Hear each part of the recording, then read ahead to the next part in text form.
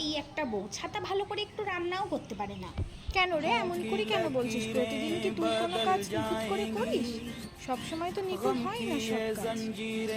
তুইও তো একটু রান্নাঘরে গিয়ে রান্না করে দেখতে পারিস। দুদিন পরে তো তুইও তো শ্বশুর বাড়ি যাবি।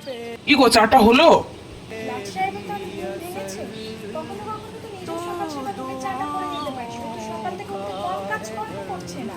তুই তো আর একা অফিস যাবি না, ও তো অফিস যাবে। হ্যাঁ, তোমরা একদিন সবাই মিলে আমাদের বাড়িতে এসো না, আমরা তো সবার সকলে বাড়িতেই থাকি। না, বৌমার সাথে দেখা করতে গেলে যে রবিবার করে আসতে হবে, বৌমা যে অফিস থাকে, ছুটি পায় না না সেভাবে। আসলে ও তো শুধুমাত্র বাড়ির দিকটা দেখে না, বাইরের দিকটাও তো সেই ওকেই দেখতে হয়, ওই কারণে। বাবা গো, তোমার বৌমাকে তুমি এইসব প্যান্ট জামা পরতে দাও? আমি হলে তুমি কখনো পরতেই দিতাম না। কেন গো দিদি, আমরা তো গরমে কম কষ্ট করিনি। আগেকার দিনে তাও অত গরম পড়তো না, এখন যে হারে গরম পড়ছে, এখন এই ঝাড়ি পরে তো থাকা অসম্ভব ব্যাপার।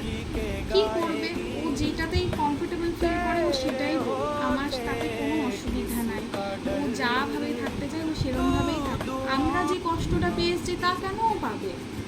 এমন তো কোনো কথা নাই।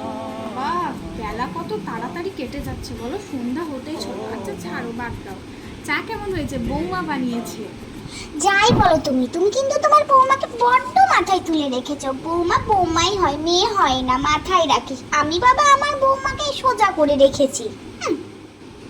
এটাই তো সমস্যা দিদি, বৌমার কাছ থেকে ভালোবাসা আশা করার আগেও বৌমাকেও তো মেয়ের মতো ভালোবাসতে হয়। একতরফা তো আর কিছু হয় না, দুজনকেই সমান চেষ্টা করতে হয়।